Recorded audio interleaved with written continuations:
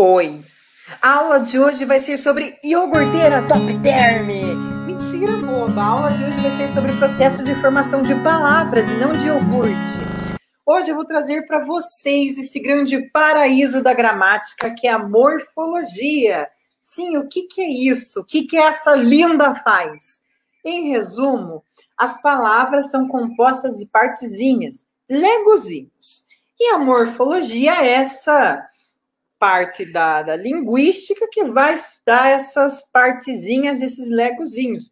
E é isso que a gente vai fazer na aula de hoje. A gente vai estudar como que esses legozinhos podem se juntar para formar palavras novas, o que pode nesse processo, o que não pode, que nome que dá para o processo X, que nome que dá para o processo Y, certo?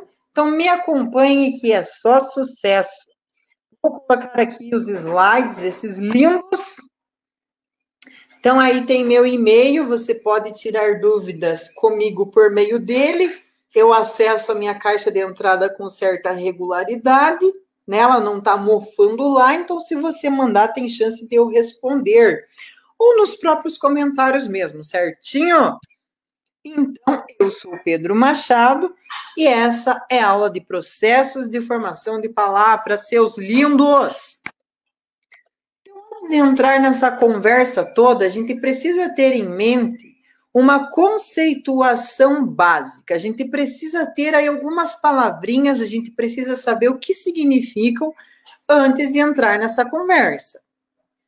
Então, os primeiros conceitos são palavras primitivas e derivadas. O que é isso? Palavras primitivas são aquelas que não vêm de nenhuma outra da língua, tá? Então, pedra é pedra, ela não vem de alguma outra dentro da língua portuguesa, ela é ela mesma, valeu, muito obrigado. Palavras derivadas são essas que derivam, que vêm, que são construídas com base em outras na nossa língua. Então, pedra é uma palavra primitiva que vai gerar pedreira e pedregulho, que por sua vez são palavras derivadas. Certo, seus lindos? Também temos aí os cognatos. Cognatos são palavras que compartilham aí o mesmo radical. O que é radical? A parte fixa de uma palavra, né, de um grupo de palavras. Então, você tem o locutor, que é aquele que fala, a exemplo do locutor de rádio, e locutório, que é o lugar onde essa fala acontece. E essas duas aí compartilham esse loco, essa parte fixa das palavras, tá? Então, aí, eu trouxe o exemplo de conjugações verbais. A nossa conjugação verbal no português, ela é tão complexa que ela está recheada de morfologia. É por isso que ela é tão complexa, porque dentro dela a gente tem muita informação sendo veiculada, tá? Então, a gente tem radical, que a gente viu que é a parte fixa da palavra. Eu peguei exemplos do verbo andar. Então, andas, andamos e andávamos, né? Peguei esses 3 exemplos lindos. Vogal temática. O que é essa linda? É a vogal que vai preparar esse radical para receber coisinhas depois. Então, no caso ali do andas, né? A gente sabe que é da segunda pessoa do singular. Tu andas. Só que se a gente não tivesse esse azinho lindo em azul, a gente teria andes. E a nossa língua portuguesa, ela é vocálica. A gente precisa ter vogal nas sílabas. Então, a vogal temática, essa linda, é quem vai permitir que esse radical receba aí acréscimos. Tá bom? Tema, o que é tema? Nada mais é do que a junção do radical com a vogal temática. Então, para andas, andamos e andávamos, o tema vai ser anda. Certinho? Desinência. Desinência é o legozinho que vai trazer informações de pessoa verbal, vai trazer informações de tempo, de número, certinho, essa linda vai veicular tudo isso de informação. Então, como eu disse ali, né, aquele S do andas vai trazer para a gente que é uma conjugação da segunda pessoa do singular, tu andas, né, e que esse verbo está no tempo presente.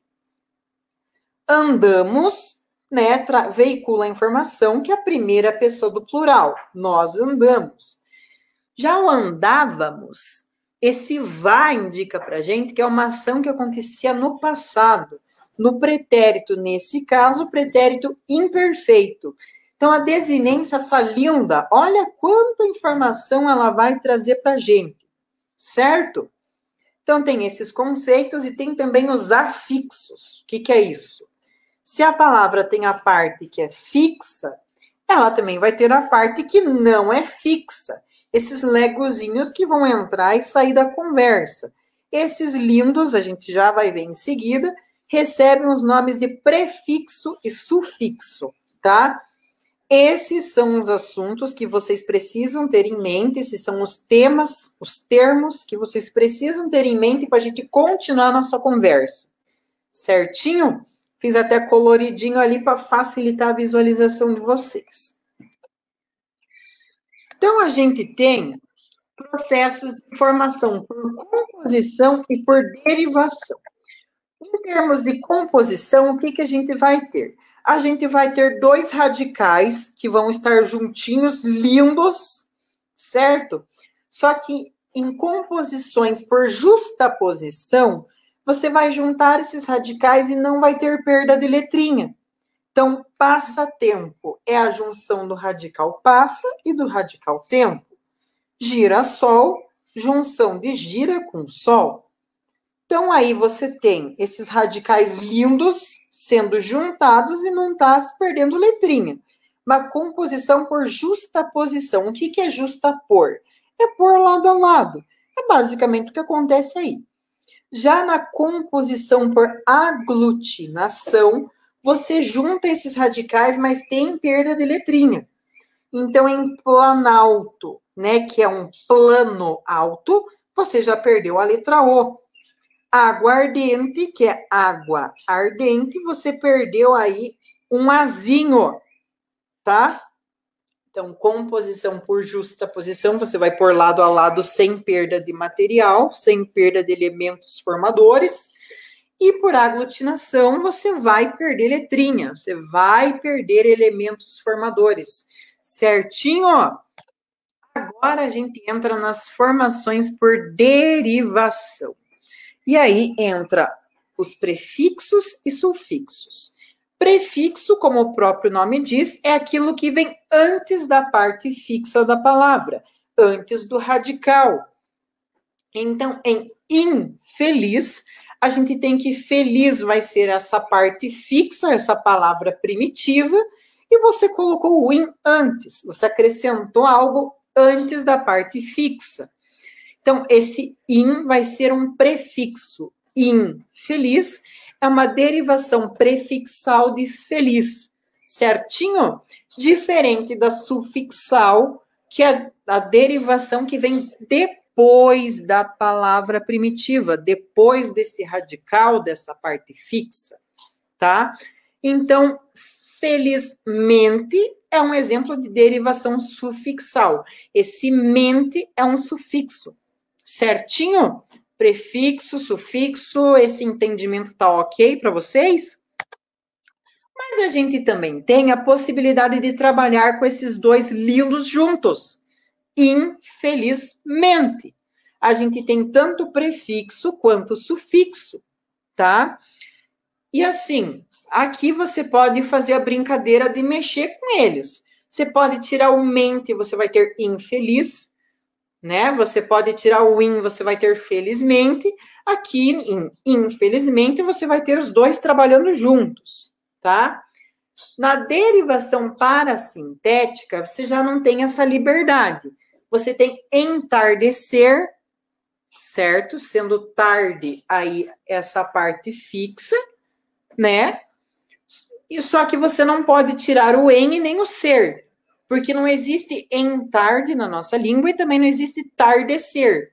Esses dois lindos, o em e o ser, trabalham juntos, mas eles não podem ser retirados, tá? Então, aí, essa derivação parasintética, ela não permite que você tire alguma coisinha dela. Ela quer ficar com o que é dela, lindo, justo e moral, tá?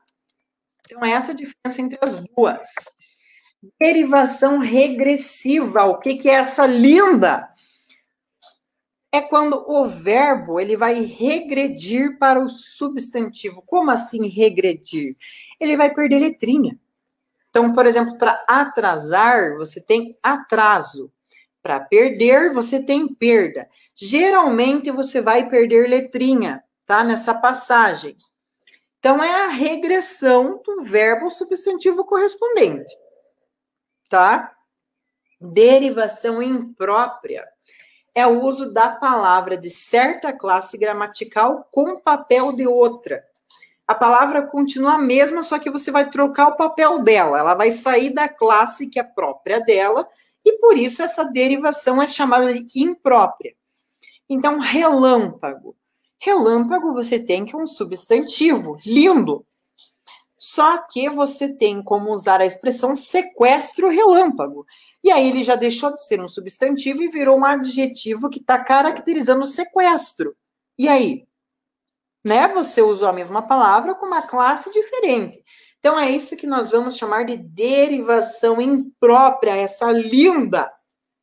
Ela quebra padrões, ela tira a palavra da classe que a palavrinha estava presa e a palavra vai passar a usar aí uma outra classe, certinho? Derivação imprópria, essa linda. Além disso, a gente tem outros processos, estrangeirismo, neologismo e hibridismo. O que é o estrangeirismo, né? A gente já convive com vários aí. É a incorporação de palavras de outro idioma, só que assim, são palavras que entraram no nosso idioma de tal forma que a gente já nem encontra substituto para elas. Então, sei lá, para pizza. Você não vai ligar para pizzaria. Olha, pizza é tão bom exemplo que ela já encontrou até um filhozinho na língua. Pizzaria, né? Pizza, você não vai ligar pro estabelecimento que vende pizza e pedir uma massa em formato circular acompanhada de molho de tomate. Não. Nem faça isso porque o atendente vai querer te bater. Vai te dar um soco pelo telefone, né?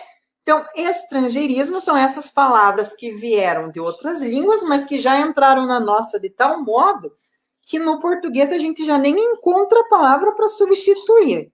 Ela está ali linda e feliz. Pizza, um bom exemplo, maior exemplo. Já se a palavra encontra um substituto, ela não é propriamente um estrangeirismo, tá? A gente está falando aqui de palavras que entraram de tal modo que a gente já nem procura substituir, nem tem como, né? Neologismo, esse lindo. O que é neologismo? É a incorporação de novos vocábulos. Professor, você está dizendo que eu posso inventar a palavra? Pode! Pode! Guimarães Rosa, sabe esse lindo? Guimarães Rosa adorava fazer isso. Adorava. Só que assim, não é só jogar um monte de letra. Não é bater a cabeça no teclado. É porque, primeiro, pode machucar. Não faça isso. Segundo, que a nossa língua, ela tem regras. Então, por exemplo, acabei, né, ali atrás eu falei que a língua portuguesa é uma língua vocálica. Então, as palavras da nossa língua, elas têm que ter vogais nas sílabas, né? A gente tem também os verbos que tem o R, então ligar, fazer, escovar, colocar, e assim vai, né? Então, assim, você não vai só inventar uma palavra, ela vai estar sujeita às regras da nossa língua, tá? Guimarães Rosa, esse lindo, adorava fazer isso. Hibridismo, esse fenômeno, ele já é mais complexo, que ele é a junção de radicais de origens linguísticas diferentes. Então, em automóvel, vocês têm que auto é de origem grega e móvel é de origem latina. Só que, assim, para manjar de hibridismo, você teria que pegar uma lista de morfemas e decorar, tá? E o que eu quero aqui? Que você saiba que esse fenômeno existe, certo? Então, é palavrinhas que têm radical de uma língua e radical de outra, em trocas culturais que estão cansadas de acontecer nesse mundo, tá? Então, Vou voltar aqui para a tela, sou eu de volta, seus lindos. Então, assim, o que essa aula pretendia? Ela pretendia mostrar para vocês os processos de formação, então, como que algumas palavras são formadas, como que os legos podem se encaixar na nossa língua, essa linda, né? E também mostrar para vocês esses fenômenos aí, o hibridismo, o estrangeirismo e o neologismo. Sobre hibridismo, há um tempo atrás estava rolando até um projeto de lei de uma galera que estava querendo proibir o uso de estrangeirismos na língua portuguesa. Porque, segundo eles, isso empobrece o uso de língua. Para que você vai usar estrangeirismo se você já tem palavras na nossa língua? Então, um grupo de pessoas tem essa visão que estrangeirismos empobrecem. Já outro grupo diz que, apesar de que a gente recebe palavrinhas, né, de outras línguas aí, elas vão entrar conforme as regras da nossa. Então, por exemplo, sei lá, na frase vou pedir uma pizza. A própria estrutura dessa frase, ela é de língua portuguesa. A pizza ali, ela entrou, né, ela veio. Mas você não é só porque você tem esse estrangeirismo que você vai mudar a ordem. Por exemplo, então, sei lá, pizza vou hoje pedir. Pizza, sabe? Tipo, vou pedir hoje pizza. Não, o modo de você formular a sentença, mesmo que usando esse estrangeirismo, é próprio do português. Então, ela não vai entrar, né, de livre e espontânea vontade. Então, esse seria um argumento contrário à noção de que estrangeirismo empobreceria a língua, né? Ele entra na nossa língua, mas conforme as regras da nossa língua. Ele pode entrar, ele é um convidado lindo, mas ele vai dançar conforme a nossa banda tocar, certinho? E assim também, estrangeirismos, eles significam que tem trocas culturais acontecendo no mundo. Isso é essencial para a nossa vivência no planeta, né? Esse lindo. Então é isso, galera. Processos por composição, né? Radicais postos lado a lado, por derivação, né? Você vai ter uma palavra primitiva que vai gerar outras. E é isso. É essa a nossa conversa, uma conversa bem curtinha, um conteúdo bem simplesinho. Os nomes são meio complicados, são meio mala sem alça, mas eu espero que vocês tenham entendido com base nos exemplos e tudo mais. Se não entenderam, vocês sabem por onde podem me chamar. Certinho, seus lindos. Obrigado pela atenção e um ótimo estudo para vocês. Nossa, só deu 18 minutos e eu já estou perdendo o fio da meada. É isso, gente. Beijo.